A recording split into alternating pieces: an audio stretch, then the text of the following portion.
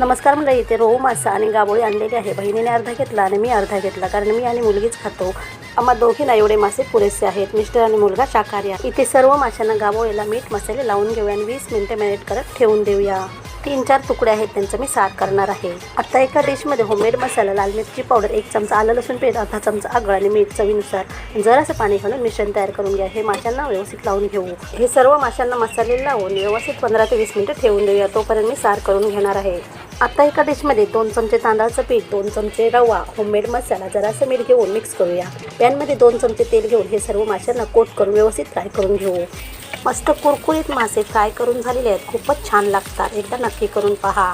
बाकीचे सर्व तळून घेईपर्यंत गाभोळीला सुद्धा आपण रवा, तांदळाचं पीठ वगैरे लावून घेऊ.